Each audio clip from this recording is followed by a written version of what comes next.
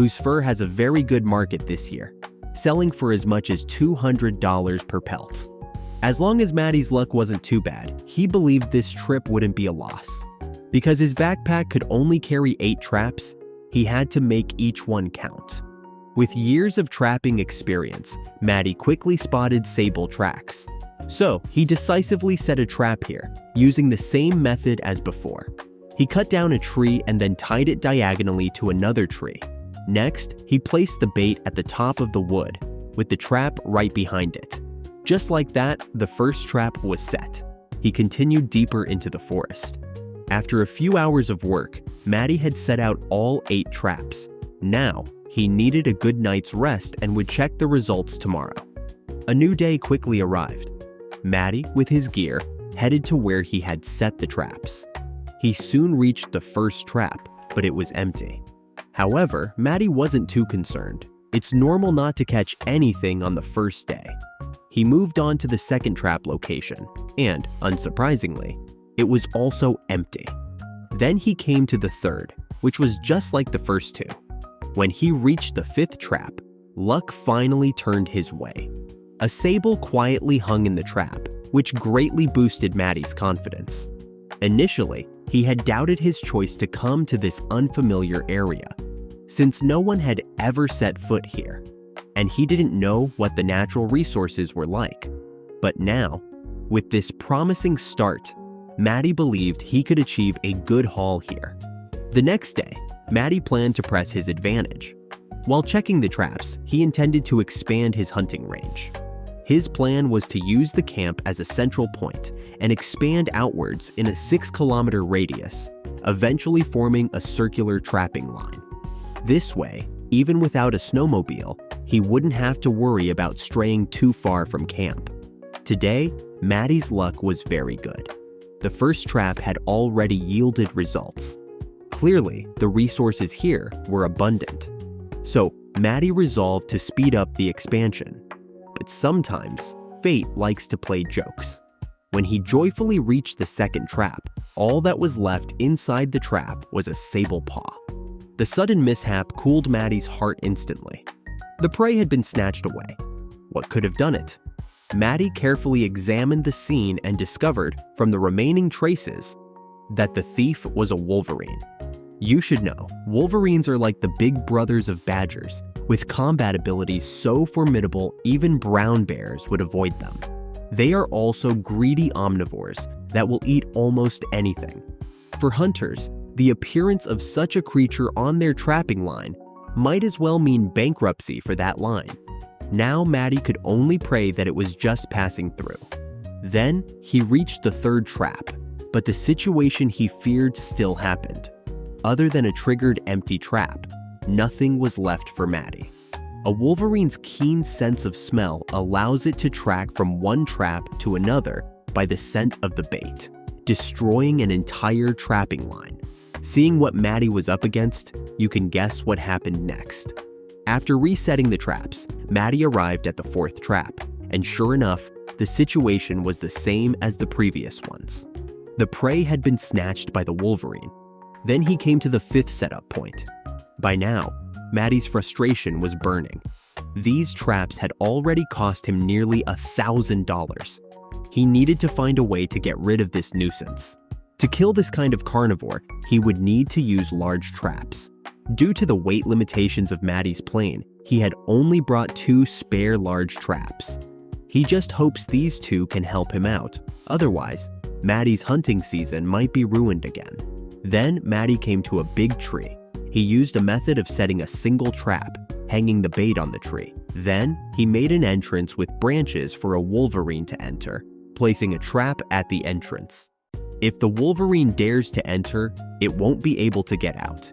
Can this kind of trap really catch a wolverine? Today, Tom received an order. A customer ordered 2 stone knives from him, but he had to finish them by today. Making handcrafted knives is very time-consuming. Finishing 2 in one day is quite challenging, but thinking about making $200 per knife, Tom feels the effort is worth it. After all, making money in the mountains isn't easy. First, he needs to cut the antler, using the thickest part at the base for the knife handle. Though it looks bumpy, this part actually offers the best grip and also acts as a slip-resistant feature. Now that he has the handle, it's time to make the blade. The blade is made from stone, but how do you extract a 7 to 8 centimeter blade from such a large stone? Usually, the initial shape of the blade is randomly produced by the fragments that fall off when the stone is struck. You can imagine how difficult this is. The stone Tom is using was provided by the customer. You'd think a stone this size would be more than enough for 2 blades. But as the chips kept falling off, Tom couldn't strike a suitable piece. Clearly, there's a lot of luck involved here.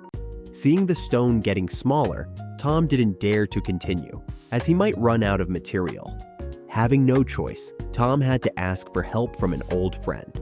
The man's name is Bob, and he's a master at making stone knives. In this regard, Tom isn't as good as him. Bob took a look at the stone and commented on its high quality, but such stones are often harder.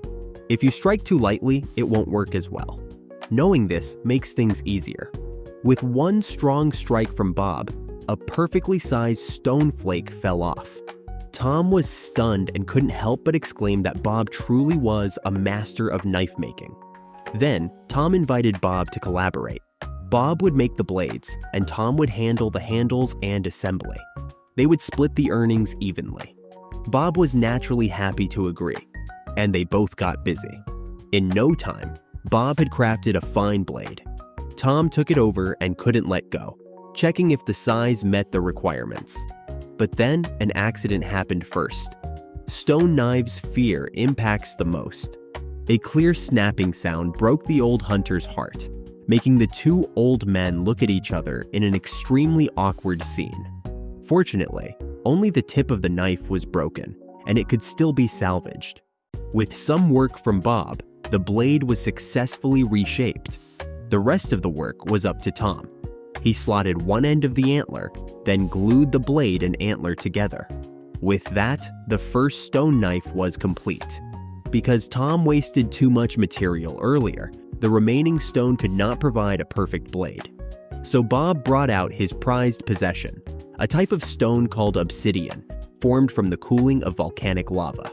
It's excellent for making stone knives. After some fierce work by Bob, a black blade was born. Then Tom attached the blade to the antler. Just like that, the 2 stone knives were completed. So, which of these 2 stone knives do you think looks better? After waiting overnight, Maddie was eager to check the Wolverine-specific trap in the morning. If the trap hadn't caught any wolves, he would have to make new decisions today. Maddie quickly arrived at the trap site.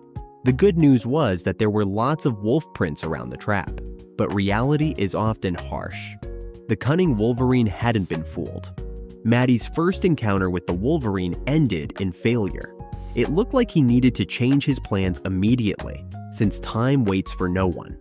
For now, he'll leave this trap flying a little longer. Maddie decided to abandon this area and strategically move to a new one. He just hoped that during his absence, the Wolverine would be caught. When Maddie first arrived in this valley, while searching from the air for a suitable landing spot, he spotted a spruce forest on the other side of the valley, about 10 kilometers from the camp. He believed the resources there wouldn't be too bad either. Therefore, Maddie decided to try his luck there. Since there were no vehicles available, Maddie could only walk there. Because the mountain paths here are very rugged, he could carry only about 20 to 30 kilograms of gear. He took some traps and bait, plus food and a sleeping bag, along with a shotgun and an axe. Essentially, these were all the supplies for his trip. Taking advantage of the early daylight, Maddie hurriedly set off. The distant valley seemed close but was actually far away. He followed the river, trying to find the shortest route. But not long into his journey, the river became an insurmountable barrier. The flowing water had thinned the ice too much, making crossing over the ice too risky. If he fell into the water, it would be a huge loss. So, Maddie had to find another way.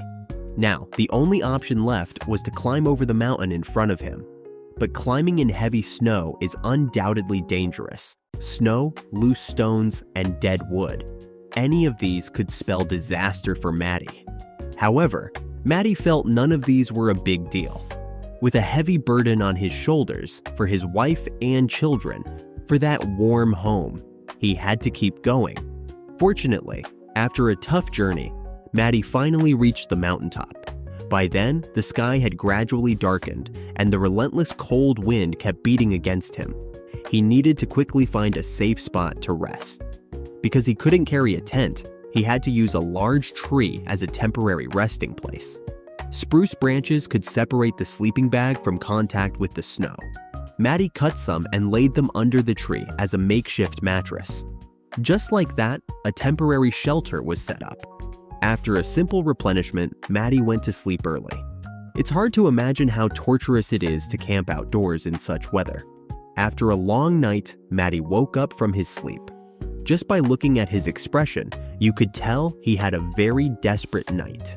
Matty didn't stay long. After a quick pack-up, he immediately set out on his hunting journey. Soon he found sable tracks nearby, which was great news for Matty. So he set his first trap right there. Then he headed deeper into the forest, looking for more spots to set traps. While busy, he also prayed that the traps would quickly take care of that wolverine. The day quickly passed, and the traps were all set. Now, Matty just hoped for a big haul tomorrow. It was another tough night. Matty woke up on a cold morning, had a quick breakfast, and then went to check the traps. He quickly reached the first trap, and to his surprise, it had caught something right away. Matty was thrilled. Then he went to the second trap, and couldn't believe it caught another one. Just like that, Matty made $400. He was over the moon. If only he hadn't come so unprepared and had brought more supplies, he would have stayed until the end of the hunting season. By then, he could have made a fortune. But since he only had supplies for 2 days, Matty had to return to base camp. Also, he still had to deal with that wolverine. So, can Matty actually catch that wolverine? Tom spends his days making crafts and the rest on the hunting trail. This year's winter came harder than before, which made hunting much more difficult. As temperatures continue to drop, the scent from the bait gets suppressed. Tom sets his traps near a small river, about 4 kilometers from his home. Within an 8-kilometer radius, Tom has set a total of 30 traps. His task today is to check all of them. He does this every other day, since there are other predators around. If he waits too long between checks, these predators might snatch his catch. You can see many animal tracks in the snow, indicating that this area is rich in wildlife. But even under such good conditions, most of Tom's traps are empty. Catching prey also involves a lot of luck. However, today, the old hunter is in luck. An unlucky fellow got caught in one of the traps. It was a live jaguar. When Tom appeared, the young animal snarled at him, obviously unaware of how dangerous this old man could be. Tom was also surprised when he first saw the jaguar. Such prey is very hard to catch. Also, in his decades of hunting, it's rare for the trapped animals to still be alive, maybe just 1 or 2 others. To end the young one's suffering, Tom decisively shot it. A jaguar's pelt can sell for about $200, which meant another significant income for Tom. Then he brought his trophy back home. Because Tom and his wife rushed back from Florida, they hadn't prepared enough meat for the winter. So, the old couple debated whether to eat the jaguar meat.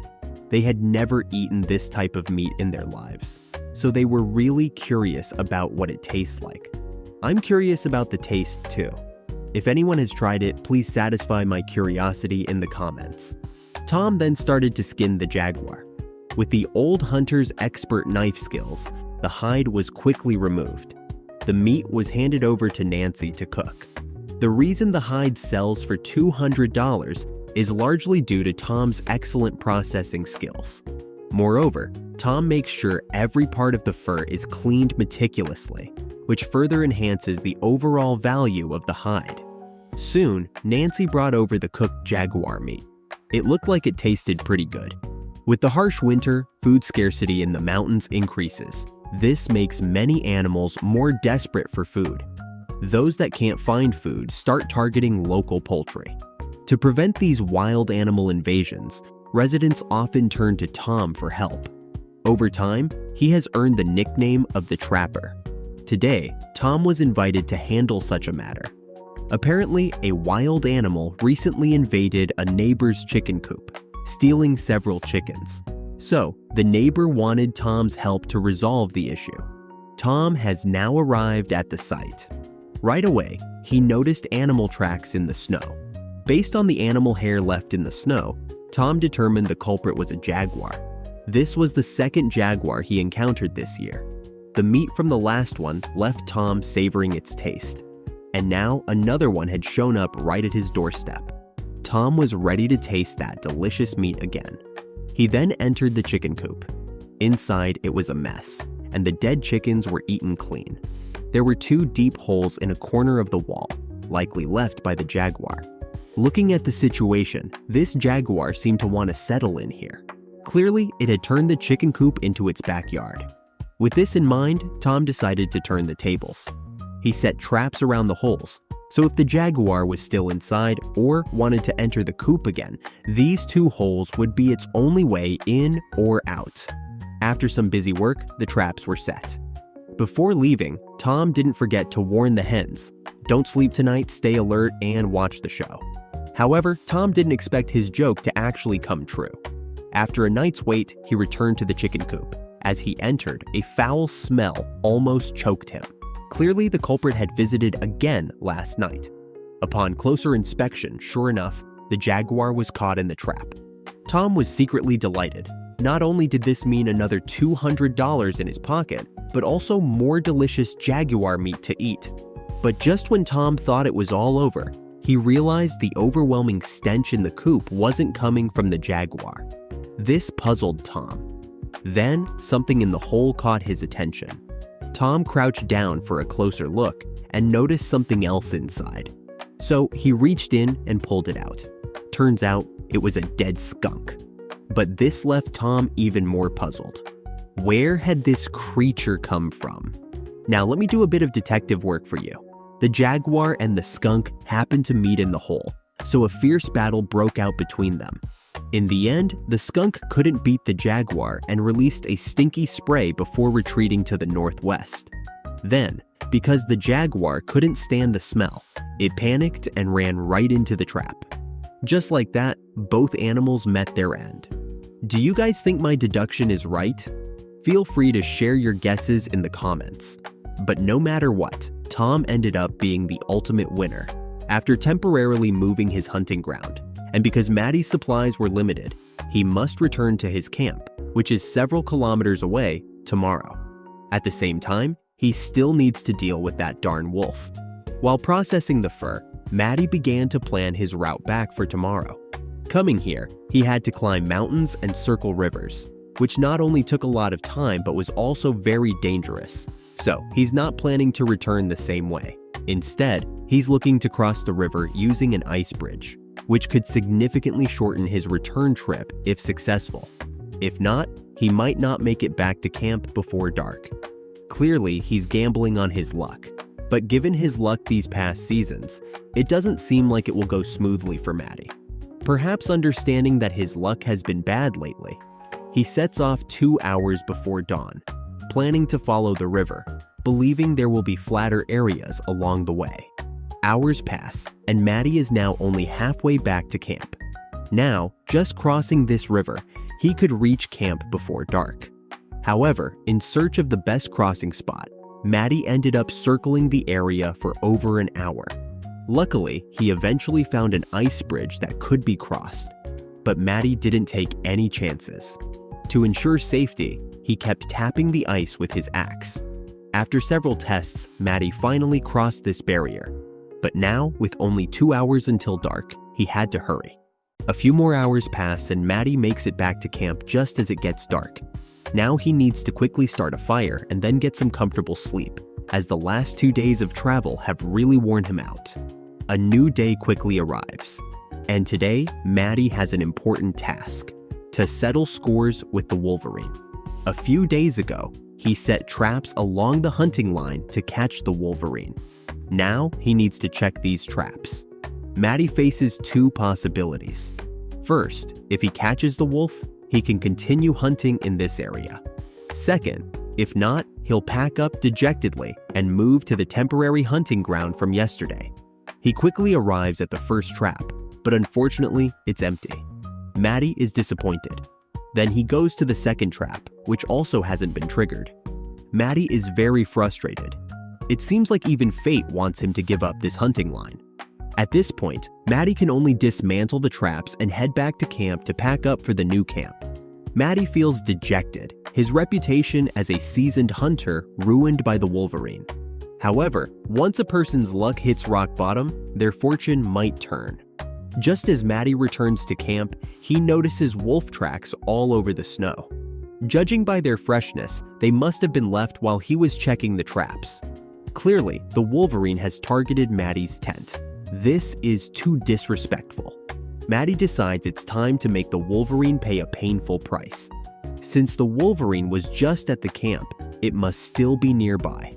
As long as the traps are set well, Matty still has a chance to catch it. So, he followed the tracks and went out. After finding the best spot, Matty started setting up the trap. It was set up just like before, but this time, Matty put all the bait in it. Clearly, he was going all in. After a night of anxious waiting, Matty went early to check the traps. If he didn't catch the wolf today, he would have to admit defeat and move his base camp to the temporary hunting area.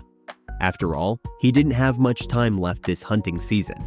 If he kept wasting time with the wolf, he really might end up broke this winter. Matty quickly got to the trap, and the sight nearly made him jump for joy. A fat Wolverine was lying quietly in the trap. In the nick of time, Matty had managed to save his reputation. Now, he could comfortably carry out his big hunting plans. With the Wolverine taken care of, Matty reclaimed his hunting rights in this part of the forest. The next day, after dealing with the Wolverine, he went deep into the forest to reset the traps that had been ruined by the wolf. However, because the forest had been invaded by the Wolverine, a lot of the game had been disturbed. Matty wasn't sure how many sables were left to catch here. For now, he could only try his luck. Although the Gobi temporary hunting grounds had plenty of game and were an excellent hunting spot, they were too far away and the mountain roads were dangerously rough. After weighing his options, Matty felt it was safer to stay here. Resetting the traps took a lot of time. Just restoring them took Matty a whole day. Now that the threat of the Wolverine was gone, Matty just hoped that the coming days would allow him to earn more money. That way, he could provide a better life for his wife and children. A quiet night passed. Matty got up early to pack his equipment. Now he had to check the traps he had reset yesterday. He just hoped the game here hadn't been completely devastated by the Wolverine. If the worst had happened, this hunting season would just be a sad song for himself. However, the first trap gave Matty a bad feeling. Seeing the empty trap, Matty couldn't help but sigh heavily. Then he moved to the second trap, and the same results started to panic him. By the third trap, Matty was losing confidence. He began to doubt whether all the game here had been wiped out. But fortunately, life is full of unexpected chances. Finally, at the fourth trap, there hung a sable right before his eyes. Matty's heart finally eased, but he never dreamed that his good luck would start soaring right then. At the fifth trap, Matty bagged another one. Now, his confidence was sky high. He felt that if things kept going like this, he could make a tidy sum this hunting season. Over the next while, Matty caught another 3 sables. All in all, he made $1,000 today, which is nearly 7,000 yuan. Just think how jealous you'd be. From then on, this forest provided Matty with a steady source of game every day. Matty had been here for 2 months now, and it was time for him to leave. Though the hunting season was not yet over, surviving in this harsh environment with just a small stove and a thin tent for warmth was starting to wear on even his robust physique. To avoid falling ill, he decided to head back early to his warm home. Now he had to process all the sable furs he collected today. By tomorrow, Matty planned to head back and reunite with his wife and children. Over at the Rocky Mountains, Tom's house welcomed a visitor. The guest was Tom's son, Chad. who came to see how his parents were living in the mountains. He was worried about their mountain life. Also, he tried again to persuade his parents to move to Florida with him. Clearly, that was unlikely to succeed. When Tom saw his son, he wanted him to stay a few more days and took him to experience the unique work of the mountains. Chad had arrived at a perfect time. This was the season when elk naturally shed their antlers, which then became sought-after items among the locals. Antlers not only serve as material for knife handles, but also for various handicrafts. Furthermore, a single antler could fetch up to $20. So, this period is known locally as the money-picking season. But finding antlers deep in the forest is like looking for a needle in a haystack. However, decades of hunting had taught Tom where the elk herds liked to be. There's a small lake deep in the mountains where the elk come to water, drawing many deer to the area. So, that's where Tom and his son headed. Their snowmobile sped across the thick snow, giving Chad an exhilarating rush he hadn't felt in a long time. Suddenly, Tom stopped. Then, like a kid, he bounced and ran towards something. It turned out he had spotted an antler. Chad was amazed, seeing that his old father's eyes were sharper than his. Then, they continued deeper into the forest. Tom hadn't gone much farther when he suddenly stopped again. Then he turned and signaled to Chad. Years of father-son bonding meant Chad instantly knew what his dad meant. So, he looked around and sure enough, found an antler next to some weeds. This made Chad admire his father even more. He even wondered if his father was aging backwards. After picking up the antler, it was getting late, so the father and son decided to call it a day. Now, they needed to hurry home before it got dark. They started up the snowmobiles, but unexpectedly, Tom's ride broke down right then. After checking it out, they found the old snowmobile couldn't be fixed right there. They'd have to tow it home for repairs. But it was already getting dark, so they had to leave it and come back tomorrow to tow it. Luckily, there was a hunter's cabin nearby by the lake, built by one of Tom's friends. They decided to stay there for the night, so they wouldn't have to travel back and forth the next day. Tom then led his son to the hunter's cabin. Soon, the cabin appeared before them. Now, they just had to cross the ice to reach their destination. However, just as they were about to reach shore, the snowmobile suddenly got stuck in the slush. This left father and son baffled. Clearly, they had encountered the same situation Maddie had before. With no time to think, they needed to quickly get the snowmobile out. If it froze there, who knows if some parts might get damaged. The father and son tried to move the snowmobile. The tracks were filled with slush, and the snowmobile itself was very heavy. After a few tries, they decided to give up. Eventually, they decided to fetch some branches to place under the snowmobile to distribute the weight. Fortunately, this method was wise. They managed to get the snowmobile out. At night, they built a fire, and father and son sat beside it, having a long talk. Chad tried again to convince his father to move to Florida with him, but obviously that was futile. After all, life in the mountains is what Tom truly loves. A new day dawned, and father and son returned to the broken-down vehicle. Tom, hoping for the best, tried to start it again, but it still wouldn't work. They had no choice but to tow it back. But towing it wasn't easy. The former needed to find a smooth path, while the latter had to constantly adjust direction based on the path cleared. Because of this, they moved very slowly. But fortunately, no further incidents occurred on their way. Father and son safely returned home. Through these days with his father, Chad realized something. His father genuinely loves it here. As a son, he naturally wanted to take his father to a better place to enjoy life. But after spending these days together, he decided to support his father's choice.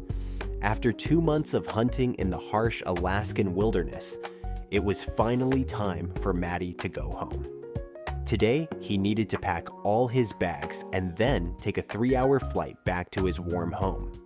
Since his plane was very basic, with no radar or navigation system, he had to rely entirely on his eyes to navigate, meaning he couldn't fly at night. Now, with only 6 hours of daylight, minus the time needed for the flight, he had only 3 hours left to pack his bags.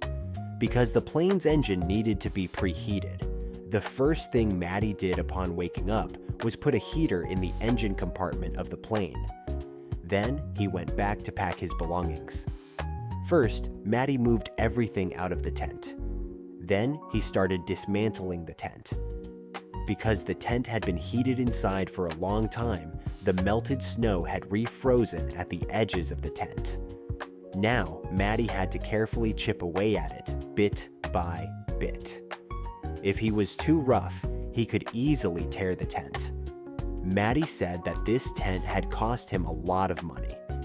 If he damaged it by accident, he feared this hunting season might end up costing him. After some effort, the tent was taken down undamaged. Then he packed up all his gear and moved everything to the plane. Now, he needed to check how the plane's engine heating was going. But as soon as he reached in, Matty was stunned. The engine compartment was still ice cold. Could the heater have failed to work? Matty quickly opened the engine compartment to check, only to find the heater had gone out.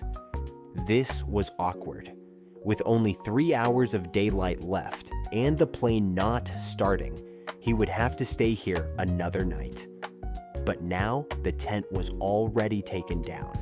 It looked like he was in for another rough night.